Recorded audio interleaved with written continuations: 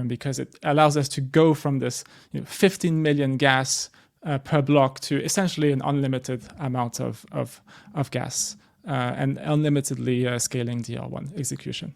Thank you. Yeah, thank you so much, Justin.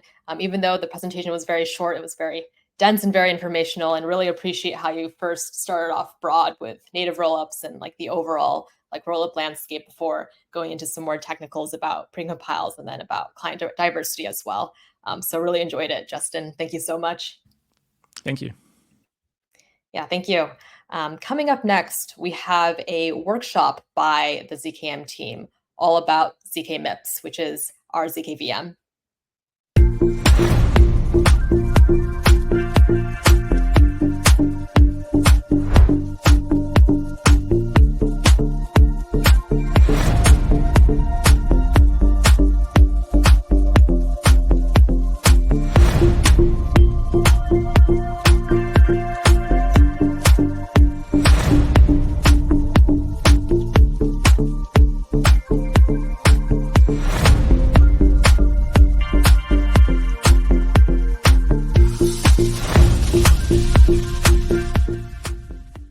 This session will be split into 4 different parts. I'll be leading the first part, and it's just about an overview of ZK MIPS. From there, we'll go into some more design details with Lucas, who is ZKM's senior researcher. And then from there, Stefan, who is our lead dev, will be doing a code walkthrough and also be discussing about some optimizations. And then finally, Pavel, who is ZKM's DevRel lead, will be discussing about use cases and the developer playground. So I will be sharing my screen right now.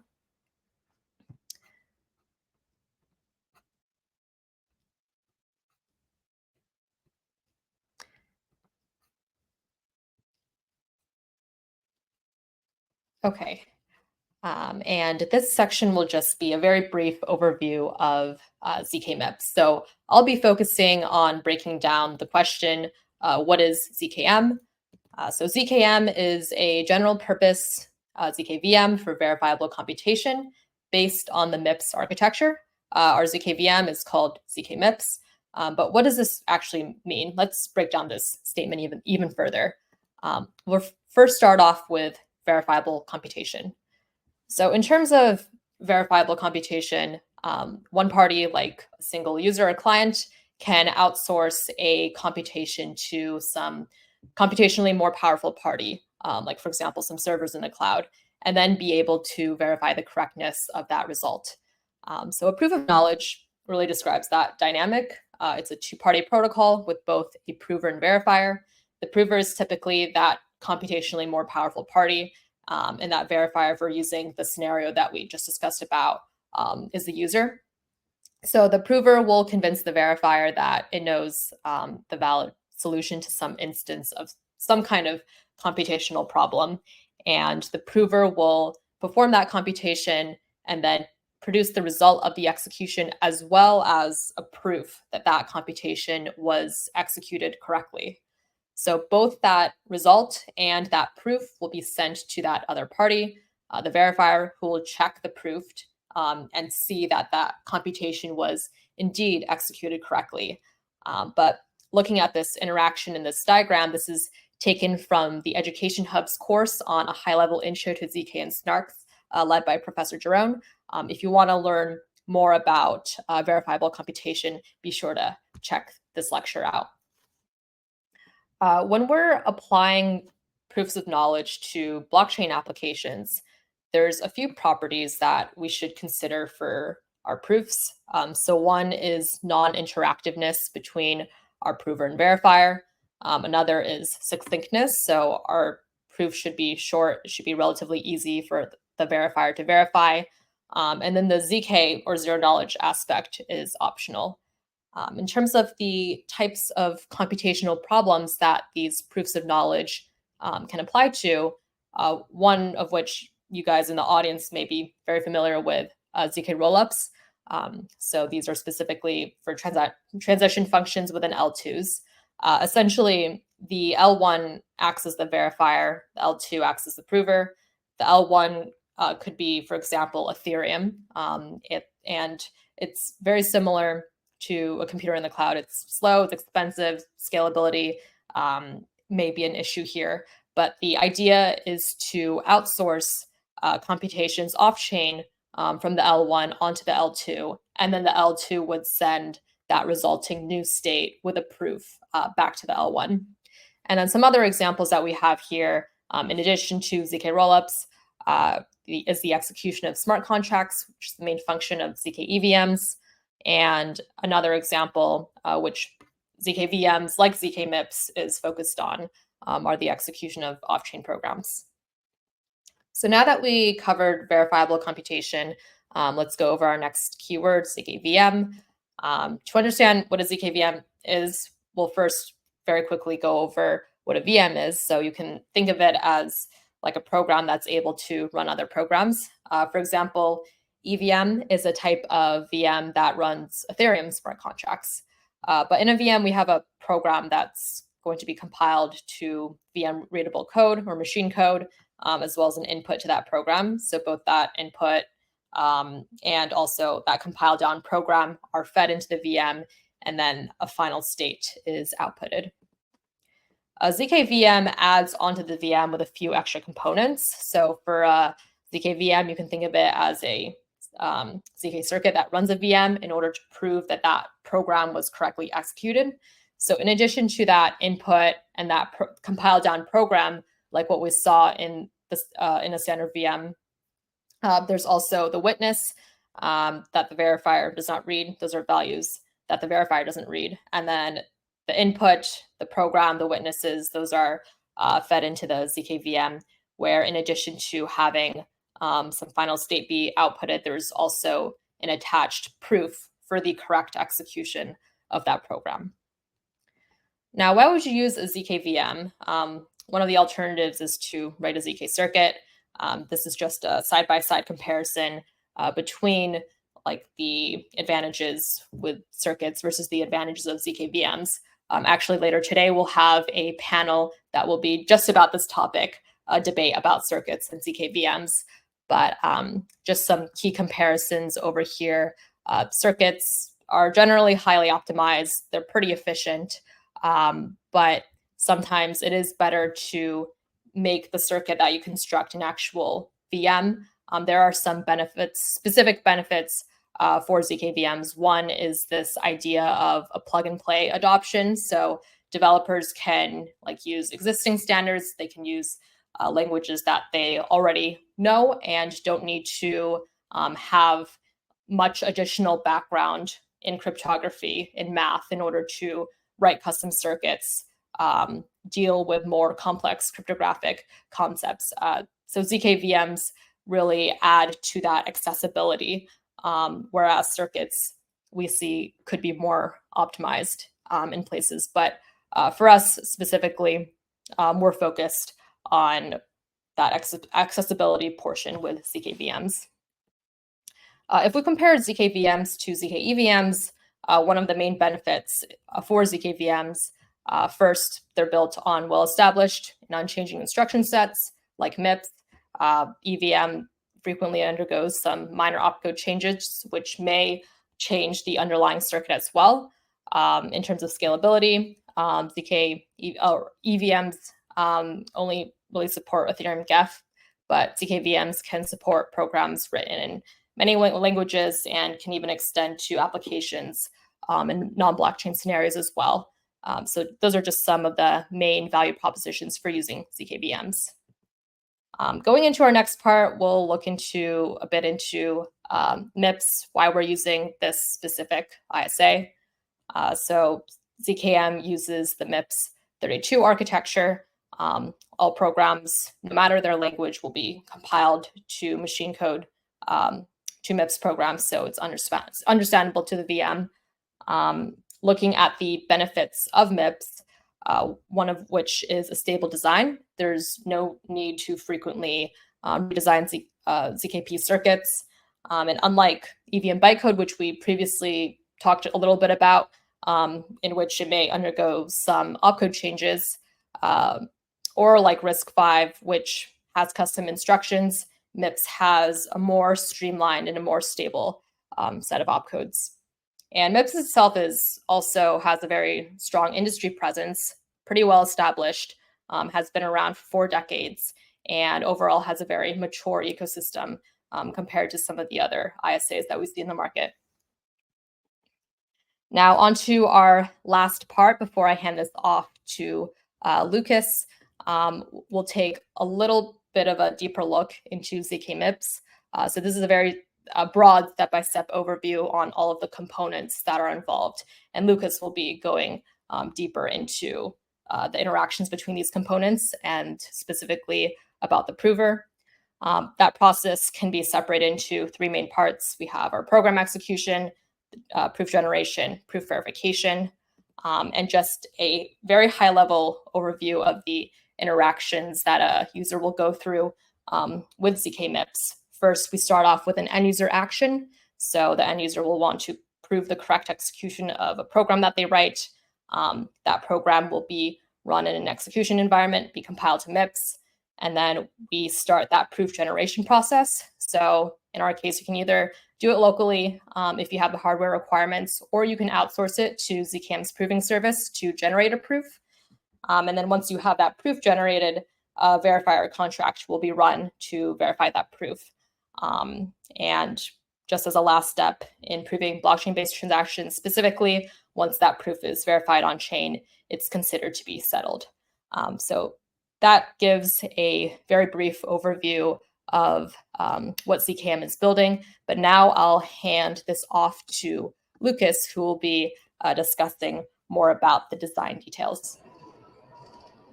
Okay, so my screen is not appearing. Okay.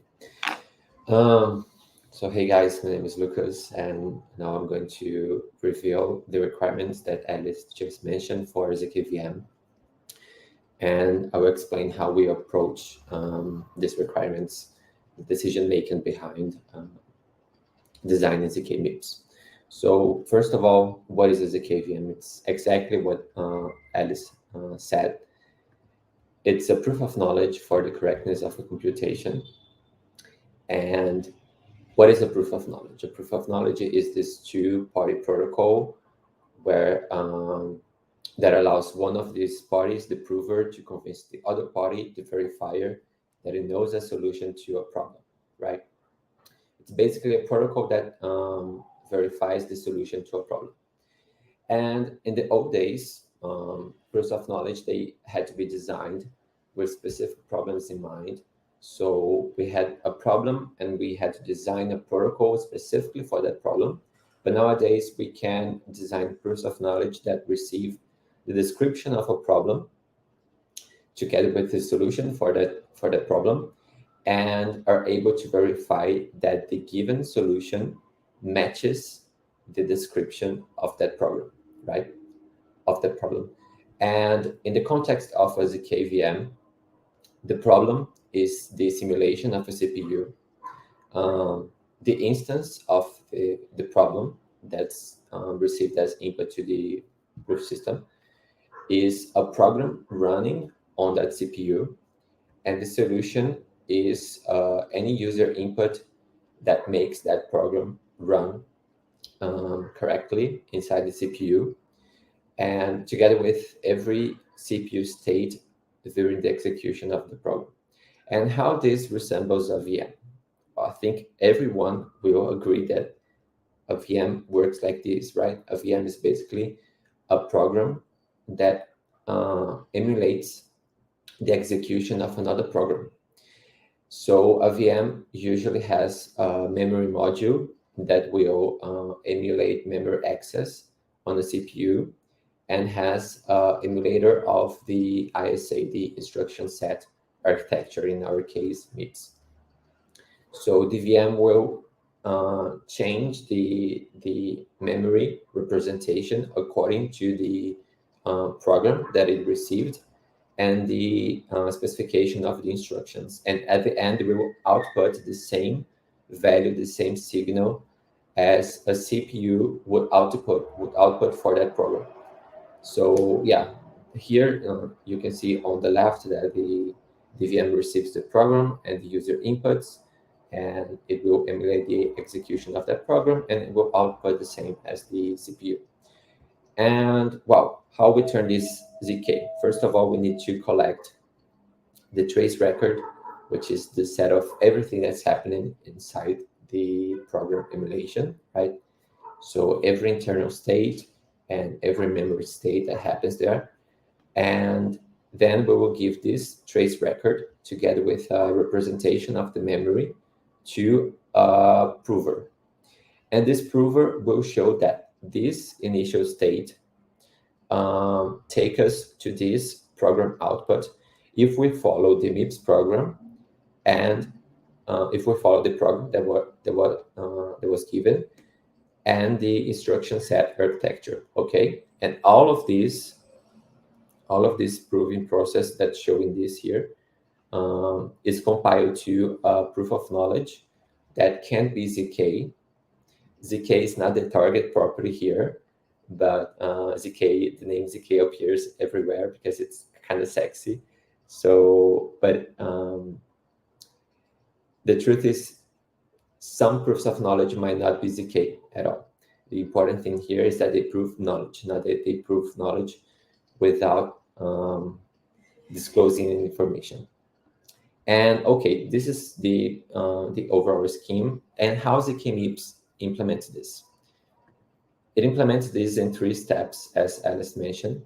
The first step is the program execution, which is basically just a regular VM execution, plus some schedule state logins. So we will pause the execution of the VM from time to time, and we will record the data that we collect on these pauses. So in the next step, we can prove the execution of the program. And we do it using 3 proof systems. We use Stark, Blanc, and Graph16. And at the end, we can verify the proof that was produced on the second stage. And we can do it either off-chain or on-chain via a smart contract. And here, the smart contract is the Graph16 part. So if we want to verify the program on-chain, we need to run the Graph16 prover. If we don't, we can just run a Graph16 a Blanc verifier off-chain, and it will be basically the same thing. Okay, and how ZKMIPS works. The workflow starts with what I already mentioned. We have ZKMIPS that will receive as a public input a MIPS program, and as a private input will receive user inputs, right? The program is public because, of course, the verifier knows what program will be verified, right? But it might not know all the inputs. In case some inputs should not be disclosed to the verifier, they should be private. That's what they are on the left side here. And the first thing that happens once we have these inputs is to put the MIPS program and the user inputs inside the memory. So we have this initial memory state, and we will hash this memory state to have a succinct small representation of what's inside the memory. We hash it using a Merkle tree. Okay, so we hash like the nodes, pieces, the pages of the memory together, and we do this recursively until we have a hash root. And why we use a Merkle tree here? Because with a Merkle tree, the verifier can verify that the program is inside the memory. Just have to know where in the memory the program is, and check that that branch on the tree corresponds to the program that will be verified. So yeah, the memory hash is kind of a succinct representation of the MIPS program, which is public, and the user inputs, which are private, but still they're based on this Merkle tree is hash based. So we don't release the private information. And once we have this memory hash, ZKMIPS will execute the program and will generate the trace record. From the trace record, we will define segments of the program, which are portions of the program execution. These portions, these segments, they are defined by the initial and final states of the segment. So when the segment starts, we pause the execution and we log the memory state at that point and the program counter at that point. When that same segment finishes, we pause again and collect the memory states and the program counters, just as we did with the initial memory state. We will hash these memory states as well. So we have what we call image IDs. The image ID is the initial and the final memory hash and program counters of each segment. Once we have these image IDs, we will start proving the segments. And to prove a segment, we need to give the image ID to a start prover. The start prover will prove that a segment starting at that program counter with that memory state finishes at that other program counter with that other memory state. Okay, so the start prover is proving that the segment starts and finishes where the image ID says that it started finishes. And once we do this for every segment, we start to combine these segment proofs together using a Plonk prover. So the Plonk prover, it will receive the segment proofs as well as the image ID of those segments, and it will prove that these two proofs are correct, so they can be verified, and their verification will be successful. And it also proves that the second segment finishes where the first segment ends. So that's why we call it continuation proofs. It shows that these two proofs continue each other. And we will do this with every pair of subsequent proofs until on a second layer of continuation proofs, we prove that these continuation proofs continue each other. So now we have a continuation proof not for two pairs of segments, but for 4 segments. So instead of having these two continuation proofs, we have just one continuation proof that shows that we can go from this segment to this segment. And we do this with every continuation proof until at the end we have one single continuation proof for the entire program. And at this point, this program proof is enough to verify the correctness of the program. So if we don't need to perform an on-chain verification, we can just use this program proof and the initial memory hash to verify that the program was executed correctly inside the VM.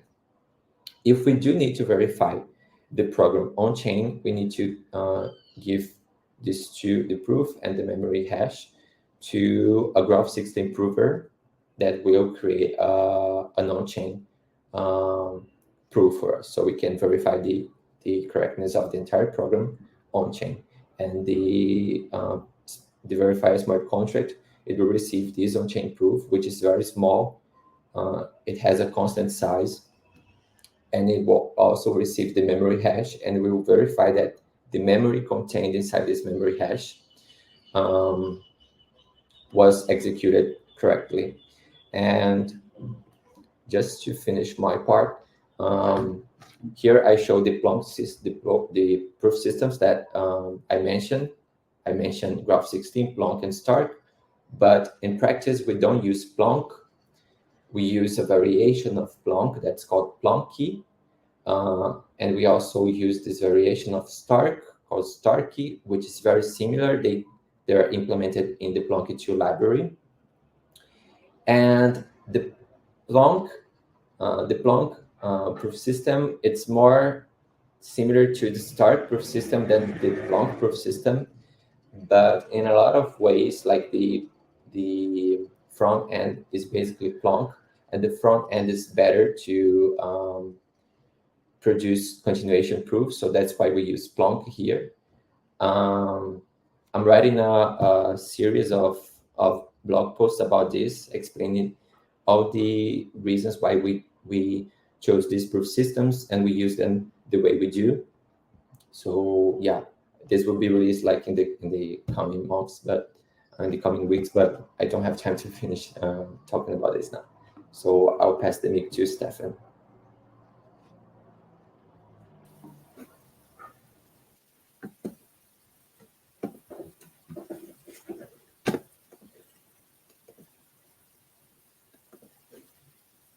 Okay.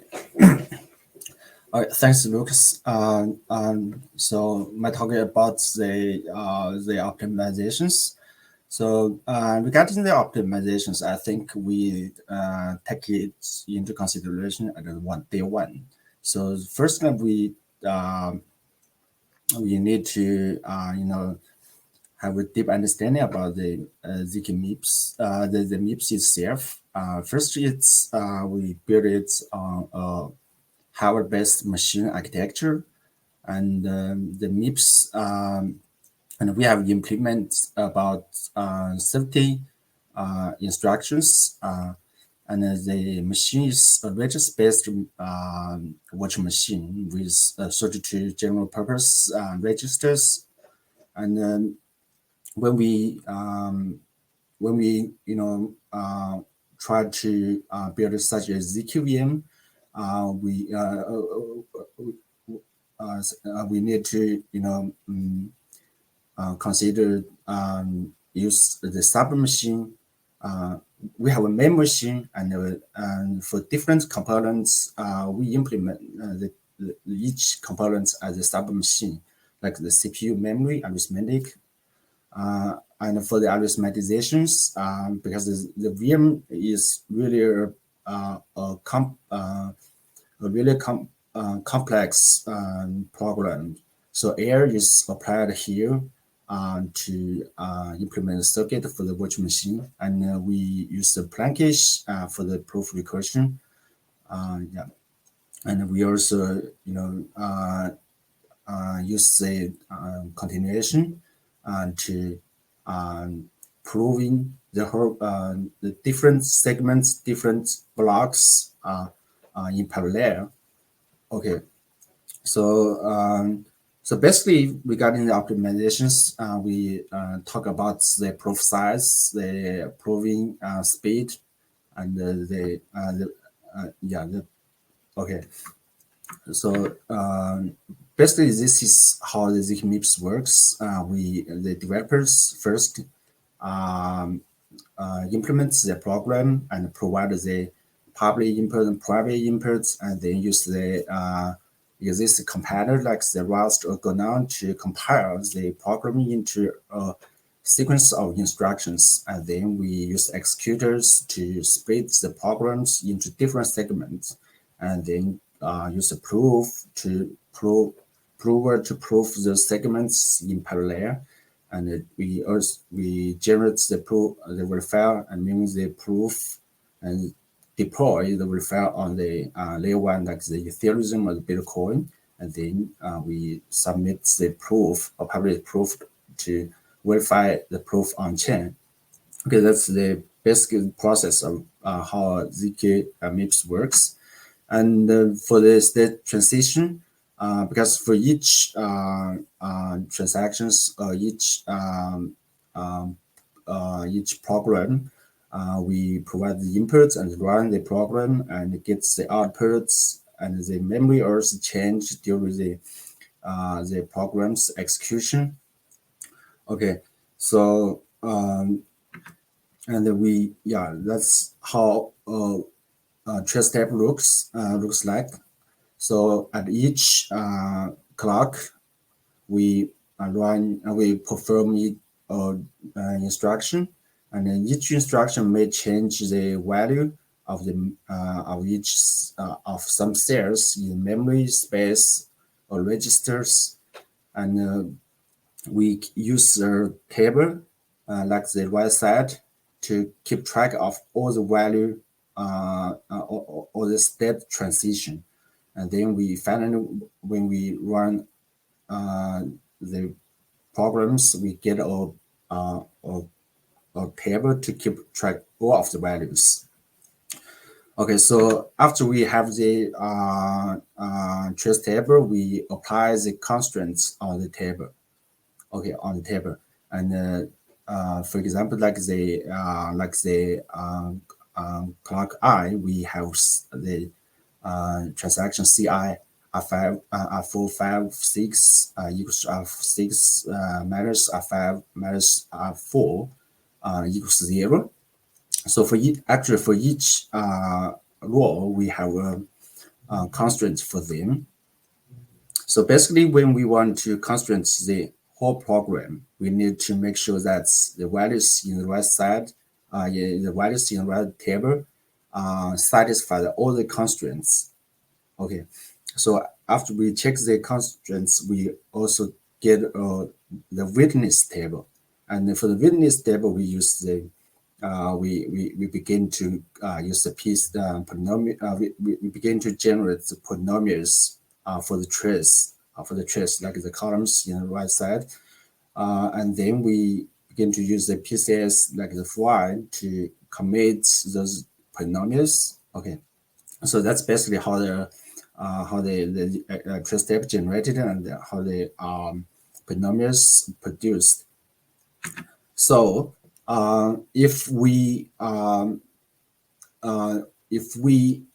commit all the, if we put all the values, all the variables in a single table for the whole program, the tables may become very, very big, and it's may become very sparse. So here, the first optimization is sub machine. Okay, so that means because for a same set of instructions, we can apply a same bunch of constraints for them. Okay, so for the arithmetic, so we split the big table into different small tables, like the arithmetic, like the control table, memory table, logic table. Okay, basically it's each table is one component for the VM. Okay, so so the big table will split into different dense small table, and then we commit each small table. So that, and meanwhile, we also need to check that the value shared between different tables are identical. That's why we introduce the lookup for them. Okay, basically the lookup arguments allow to prove that the set membership problem. Okay, so and here in the zkMIPS, we use the lookup. Lookup is significant outperform that's some other lookup types, lookup schemes like the plookup, and that's our lookup. Okay, this is the relationship between different components in zkMIPS, which we use the lookup scheme. And after we basically we commit the different tables for each segment, we begin to consider proving the different segments in parallel. So that's, we call it continuation. And continuation basically it's a mechanism for proving a big program in parallel, and also it can limit the memory requirements for each segment. Okay, so a segment basically consists of a program counter and an image ID. An image ID is the Merkle root of the memory space. So how the memory that's the Merkle tree of the memory space. We use the multi-way path tree to commit the memory space for each segment. And then we, when we really generate the proof for each segment, we first check the consistency of the commitments and the states in the virtual machine, the memory states in the virtual machine. So when we have the different segments and we can prove each segment very fast, we need to consider to compress the proof size for each segments. Okay, so that's we use the plan case as I mentioned. We use the plan case to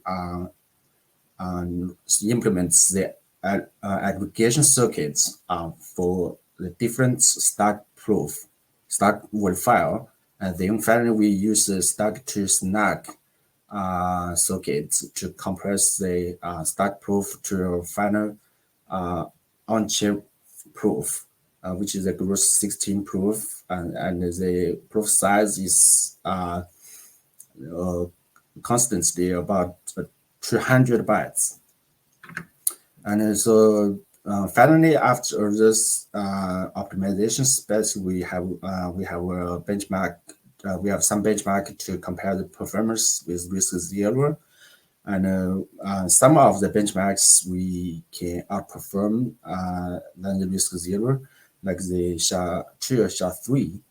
Okay, so yeah, so basically that's my talk, and beyond that, we also have some ongoing optimizations, like the precompile, and like we may use a small field and more efficient hash function to improve the proving speed for our approver. Yeah. So, thank you.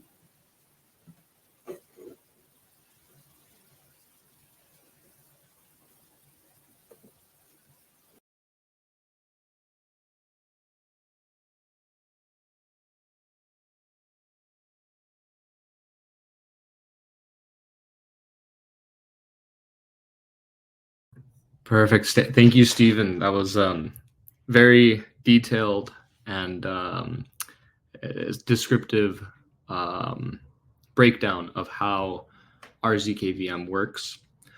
I want to now transition over very quickly, actually, since I think I only have 5 minutes allocated for this, into more of just the conceptual use cases and the practical applications in which the zkVM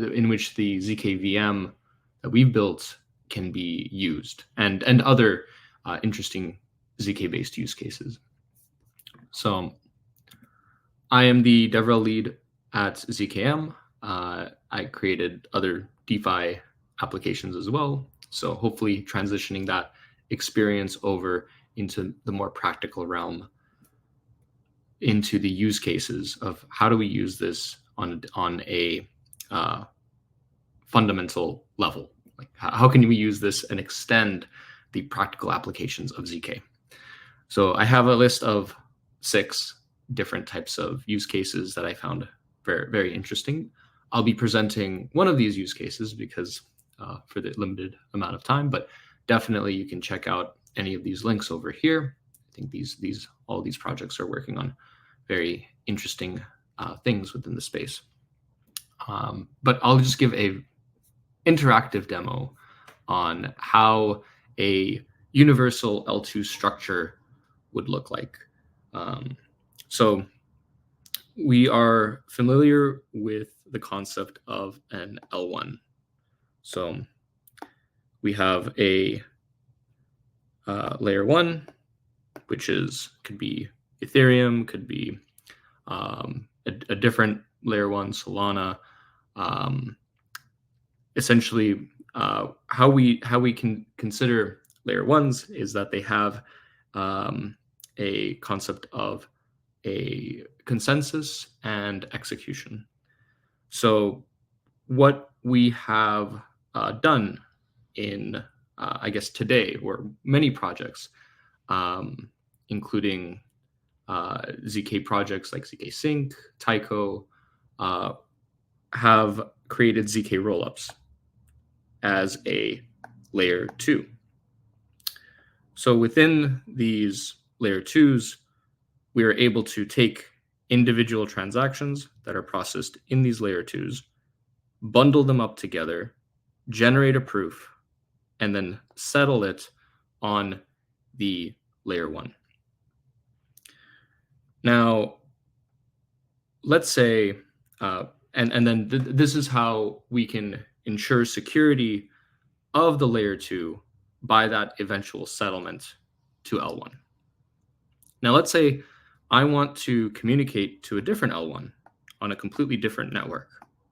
So I have a structure, and let's say I want to transfer assets between one layer 1 and a different layer 1. I can do this entirely with ZK proofs by depositing assets on one layer 1 and then have that generating a proof and then being able to mint assets on a different L1. Now, there are, let's say, you can do this, but in terms of business applications, it is very difficult to get the liquidity that you need in order to make this a seamless experience. So there might be liquidity issues, let's say if you're minting a lot of assets on a different chain, or if you're unlocking some assets on a different chain. What we can actually do, and what we've created within the entangled rollup structure, is we can take deposits of tokens onto a L2. So let's say we do 100 USDT. We can deposit this into an L2. And of course, this structure also has a layer 2 on the other L1 that's also connected 2 ways.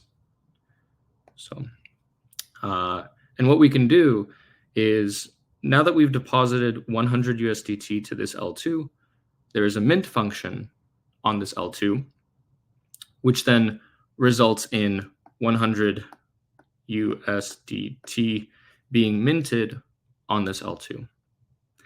What we can actually do is we can take this 100 USDT that we've received on the first L2, and we can burn it on, oh, that's a bad arrow, but what we can do is we can burn it.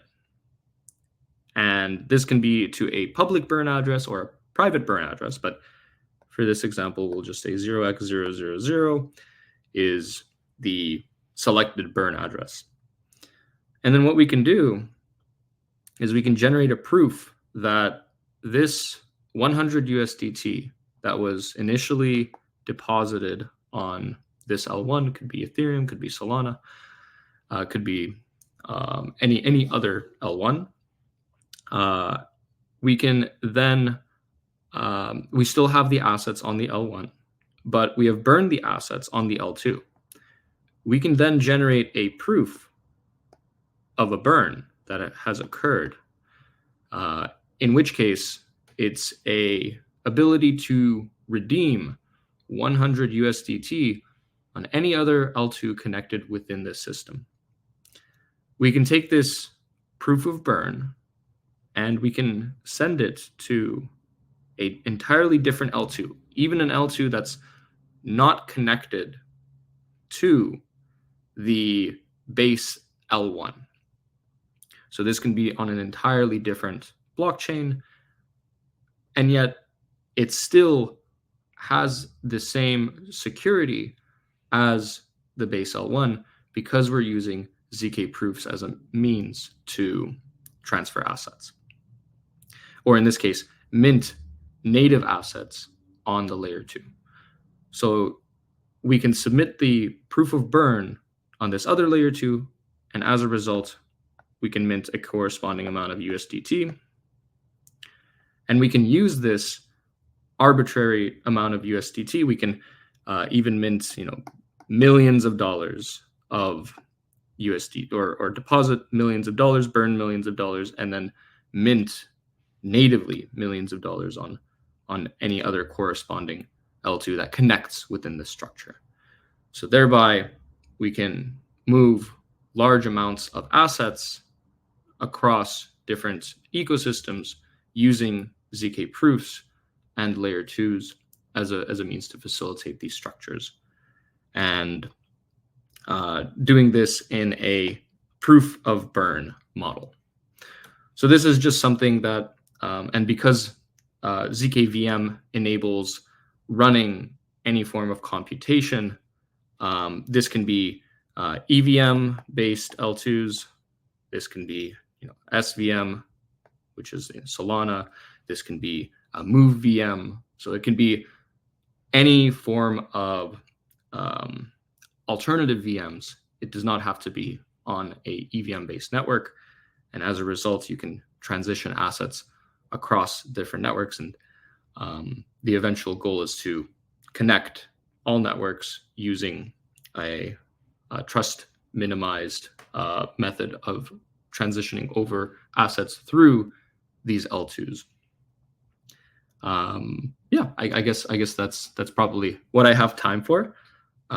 We do have additional resources about this, and I do have an hour-long video describing this structure, but just for the purposes of this, I'll leave it at that. So I think we have a panel that is essentially will be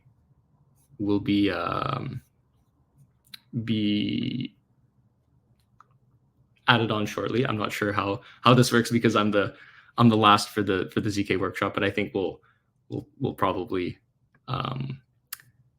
transition over to that.